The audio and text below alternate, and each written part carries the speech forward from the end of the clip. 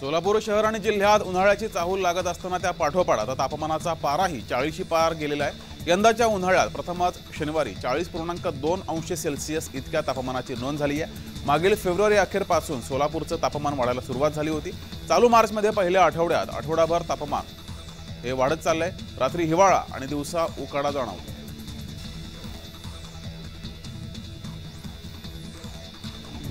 भारतीय निवडणूक आयोगाने लोकसभेच्या निवडणुकांचे वेळापत्रक जाहीर केलं असून उस्मानाबाद लोकसभा मतदारसंघात तिसऱ्या टप्प्यात निवडणूक होणार आहे। 19 एप्रिलपर्यंत अर्ज दाखल करायचे आहेत। 7 मेला मतदान होणार आहे। जिल्ह्यातील 20,04,288 मतदार मतदानाचा हक्क बजावणार आहेत।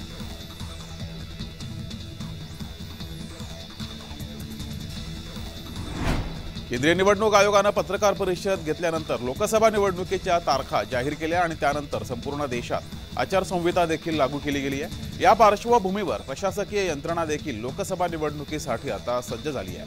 ठिकठिकाणी राजकीय पक्षांचे बॅनर होर्डिंग्स उतरवायला सुरुवात झाली आहे। छत्रपती संभाजीनगरमध्ये देखील विविध राजकीय पक्षांचे बॅनर आणि होर्डिंग्स प्रशासकीय यंत्रणेकडून उतरवले गेले।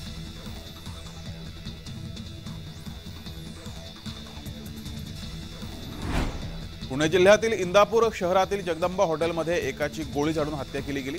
अचानक झालेल्या गोळीबारानं सगळीकडे खळबळ उडाली।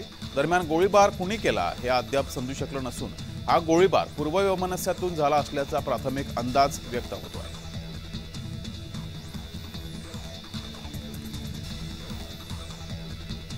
पुण्यामध्ये एनआयएनं मोठी कारवाई केली आहे। आयसिस मॉड्यूल प्रकरणी अटक केलेल्या संशयित आरोपींची मालमत्ता एनआयएकडून जप्त केली आहे। पुण्यातील कोंढवा परिसरातील एकूण 4 मालमत्ता एनआयएकडून जप्त केल्या गेल्यात। संशयित दहशतवादी राहत असलेल्या फ्लॅट देखील एनआयएकडून जप्त केलाय। गेल्या वर्षी पुणे पोलिसांनी 2 संशयित दहशतवाद्यांना कोथरूड परिसरातून अटक केली होती। या सगळ्या प्रकरणाचा तपास एनआयएकडून सुरू असतानाच पुण्यात मोठी कारवाई केली गेली आहे।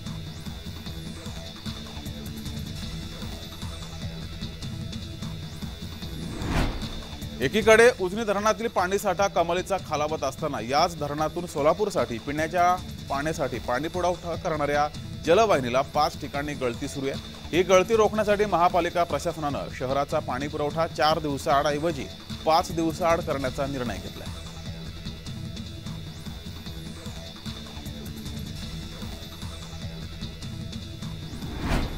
मुंबईमध्ये रविवारी राहुल गांधींची जाहीर सभा होणार आहे। भारत जोडो न्याय यात्रेची रविवारी सांगता सभा शिवाजी पार्क येथे होणार आहे। या सभेसाठी प्रियंका गांधी आणि सोनिया गांधी देखील उपस्थित राहतील।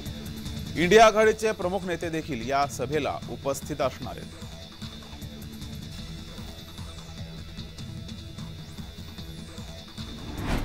ठाणे शहरातील उष्णतेसंदर्भात ठाणे महानगरपालिकेने उष्णता नियंत्रण कृती आराखडा तयार केलाय।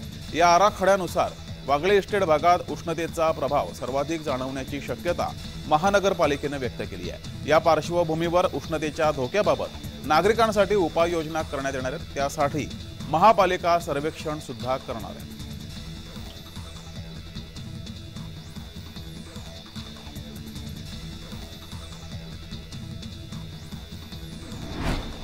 अंमली पदार्थ तस्कर ललित पाटील याच्यासह 14 जणांविरुद्ध पुणे पोलिसांच्या गुन्हे शाखेनं विशेष न्यायाधीश व्ही.आर. कचरे यांच्या न्यायालयात आरोपपत्र दाखल केलं। पोलिसांनी दाखल केलेलं आरोपपत्र 3150 पानी आहे। आरोपपत्रातून पोलिसांनी महत्त्वाचे पुरावे न्यायालयात सादर केले।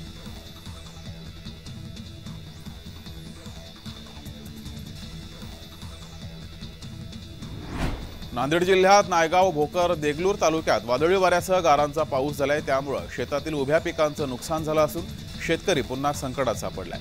अचानक झालेल्या अवकाळी पावसामुळे शेतात उभ्या असलेले ज्वारी, गहू, करडी, उन्हाळी उडीद तसेच उन्हाळी तुरी आणि हरभऱ्याचं मोठं नुकसान झालंय। वादळी वाऱ्यामुळे काही घरांवरली पत्रेही उडालेत। शेतातील गहू, करडी, ज्वारी काढणीस आले असताना अचानक आलेल्या अवकाळी पावसामुळे उभी पिके ही भुईसपाट झाली आहेत। त्यामुळे शेतकऱ्यांचं नुकसान झालंय।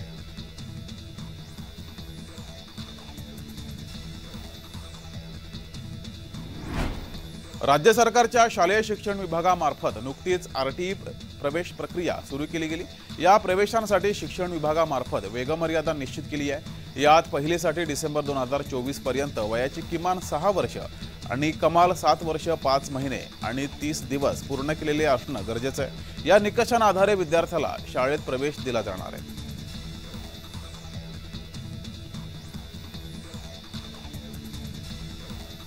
देशातील पहिल्या LNG इंधनावर रूपांतरित करण्यात येणाऱ्या एसटी महामंडळाच्या वाहन प्रकल्पाचं उद्घाटन शुक्रवारी मुख्यमंत्री एकनाथ शिंदे यांच्या हस्ते वर्षा निवासस्थानी पार पडले। या कार्यक्रमात सार्वजनिक बांधकाम मंत्री रवींद्र चव्हाण, शालेय शिक्षण मंत्री दीपक केसरकर, एसटी महामंडळाचे उपाध्यक्ष तथा व्यवस्थापकीय संचालक डॉक्टर माधव कुसेकर, महाव्यवस्थापक नंदकुमार कोलारकर आदी उपस्थित होते।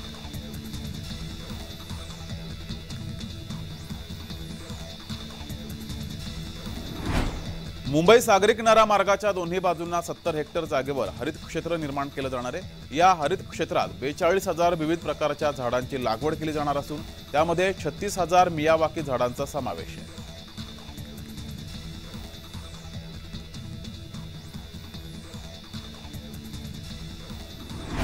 रात्रीच्या वेळेस रेल्वे प्रवास करताना अनेक प्रवासी विना तिकीट प्रथम श्रेणी AC लोकलमधून प्रवास करतात। मात्र अशा प्रवाशांवर पश्चिम रेल्वेची आता नजर असेल। पश्चिम रेल्वेनं त्यासाठी बॅटमॅन या पथकाची स्थापना केली असून हे पथक रात्रीच्या वेळेस तिकीट तपासणी करणार आहे।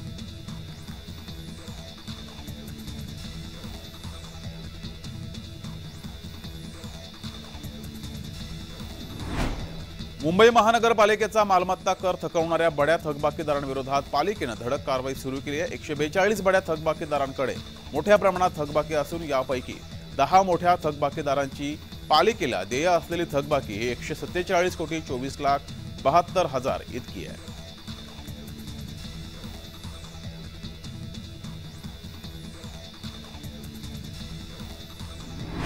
प्रवाशांच्या सुरक्षेसाठी तंत्रज्ञानाची मदत घेण्याची तयारी मध्य रेल्वे प्रशासनाने केली आहे। छत्रपती शिवाजी महाराज टर्मिनस, लोकमान्य टिळक टर्मिनस, दादर, ठाणे, कुर्ला आणि कल्याण या स्थानकात रेल्वे प्रशासनाकडून त्या दृष्टीने एकात्मिक सुरक्षा प्रणाली ही राबवण्यात येते आहे।